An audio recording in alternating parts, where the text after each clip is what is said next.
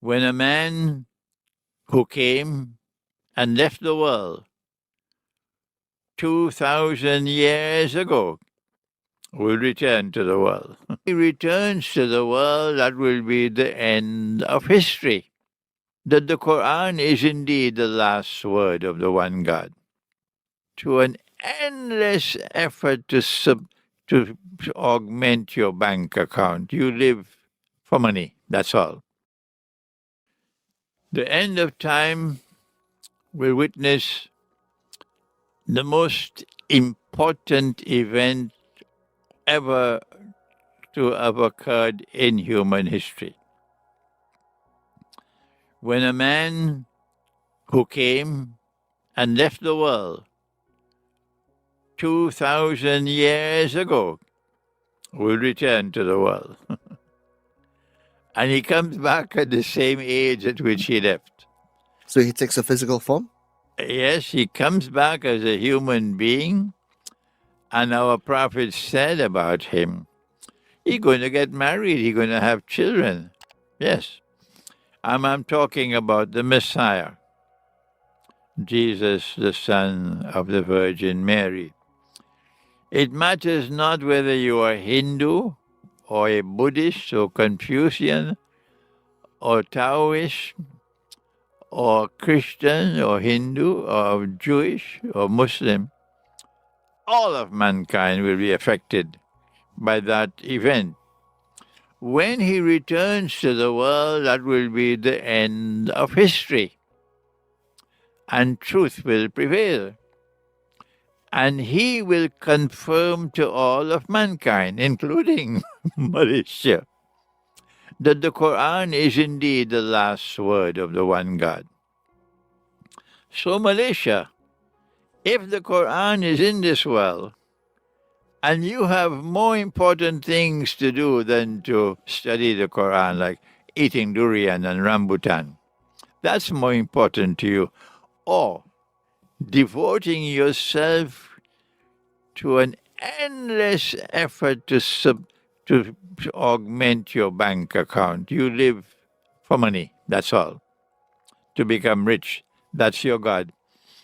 Then when the end of history comes and Jesus returns and he confirms that the Quran is indeed the word of God, like the gospel and like the Torah, and you have ignored the Quran, Chung, your goose is cooked at that time. That's right. That is how history will end. Back home in little Malaysia, how do we live among each other peacefully? As little as possible without fear or ignorance or suspicion. You have made a good start today.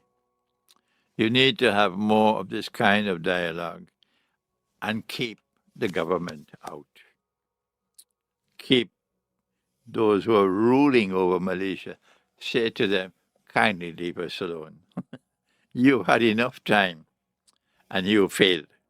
So step aside. You have had enough time to solve the problem of interfaith dialogue and interfaith relations in this country, and you have failed. So step aside. That's what you have to say to them. They wouldn't like it. And when you tell them step aside, then you have to bring different people who will now do what you and I are doing here. Explaining the religion of Islam as it's never been explained before.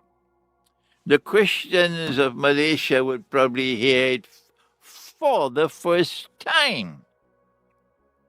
That the Quran has said that at that moment when Jesus was to be crucified, he didn't know what's going to happen. And in Surah to Ali Imran, which is the third surah of the Quran, a conversation takes place between the Lord God and Jesus. The Christian will say God the Father and God the Son. We say the Lord God and Jesus. And the Lord God then said to Jesus, I am going to take your soul. And I am going to then raise you unto myself. And I am going to purify you of all the rubbish they have hurled against you and your mother. And I will then raise those who follow you, Jesus. Raise them to a position of dominance over those who have rejected you, meaning the Jews. But today the Jews are in alliance with Western Christianity and they have NATO. They have NATO. So when Allah raises these followers of Jesus, they will become more powerful than NATO. A Christian people are destined to become the dominant military power in the world. A Christian people are destined to become the dominant military power in the world, dominant over NATO. Has Malaysia ever heard that? Do the Christians of Malaysia know that this is what the Quran says about Christians? I'm not talking about Christians who follow Santa Claus and who have something called Halloween.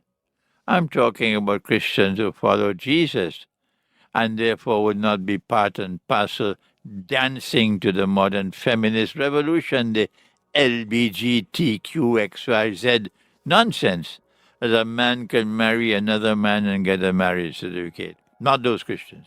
My experience in Malaysia has led me to the realization that this is can best be described as a comfort zone. That Malaysia is not standing up to the oppressors of the world, not identifying with the oppressed. No. Malaysia is a comfort zone, and Malaysia's primary objective is to pursue a policy which will allow people to continue to live comfortably. If I'm wrong, Chung, correct me, all right? And you cannot solve your problems in this country that I have mentioned earlier. You live in the country, but you're strangers to each other. Chung, I am an old man. By the moon, I'm 84. I have a white beard. I'm dressed in a gown and a hat. People can see a religious person. Anywhere in the world I go, people show respect for the elderly. When people see me, it doesn't matter where they are in the United States, in Britain, in France, wherever they are, they would smile or they would offer a greeting to me. I don't see anywhere in the world people will simply look at me and pass me straight, without even a nod, without even a simple word of greeting. But that is what I experience in Malaysia. Yes. And the Chinese would recognize I am not Malay, I look Indian. So it's not race, it's religion. It's religion. And 9 out of 10 Chinese who pass me straight. No greeting, not even a nod. Indicating, if I'm wrong, correct me, Chun, that this represents negative feelings in their heart about religion, the religion of Islam. What is the cause of that? That has to be addressed.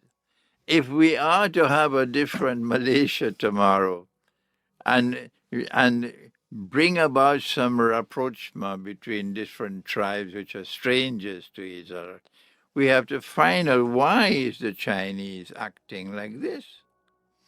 I've seen Malay who are reciprocating, and they dislike the Chinese. I've seen the Malay.